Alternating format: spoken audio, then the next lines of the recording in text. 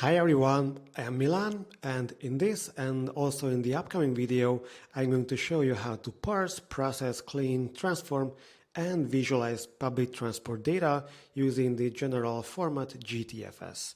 So let's just dive into it. After zooming in, as I usually do, let me also copy paste my directory where I keep the data. Also, for the source of the data, you should just visit the website called Transit Feeds.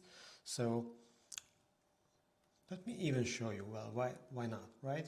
So the Transit Feeds website is actually a global repository for public transport data that is using the standard GTFS format. Here, for example, I searched for a data set about Budapest. Here you can see there are a couple of snapshots which you can download in, for example, a zipped archive format which contains a couple of text files. So once we have the root for the data file, I will import the OS library and just have a sneak peek into the content of this root folder. And here you can already see that there are a bunch of tables like the stop times, shapes and trips that are various information table about the public transport data. So first things first, I would like to parse the one about the location of the stops, because the goal of this notebook is to visualize all the public transportation stop locations on a map as a GeoDataFrame. So first I will need Pandas, and I will call the data frame that I load the data into as df. Just read the CSV from the root, and it's going to be the stops.txt. And we can just quickly display the heads to the first 5 rows of this file to have a basic understanding of how it looks like. So we have the stop ID for every record, we have the name, that's in Hungarian, we have the long and lat locations, the coordinates, and a bunch of other information field. So from here we will need the locations to create geometries first. So to create geometries, first I will import Shapely, and from Shapely, from Shapely and geometry I will import points. If you remember the first or second video where we created a smiling face, well, that's kind of the thing we are gonna do here, just in a real life scenario. I will also need GeoPandas, as always, as GPD.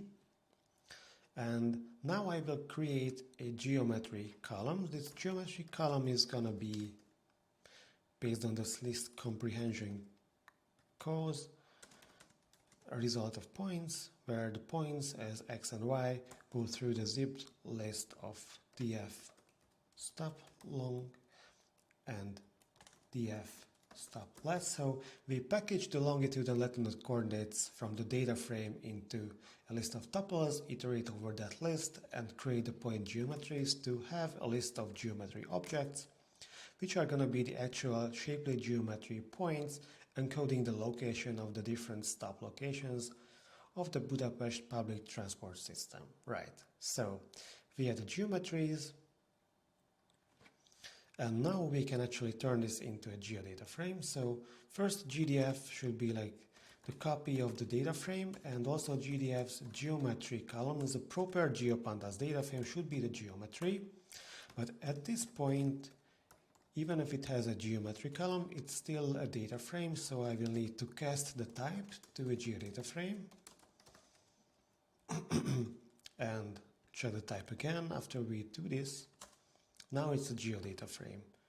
And if we check the head, then it is a stop ID, stop name, and the geometry in proper point formats now. So that's pretty cool. And if we try to plot it using the built-in simple plotter, then we already see that there is something going on that's kind of geospatial and point-based. And if you want to plot it properly, using matplotlib directly, creating a new canvas,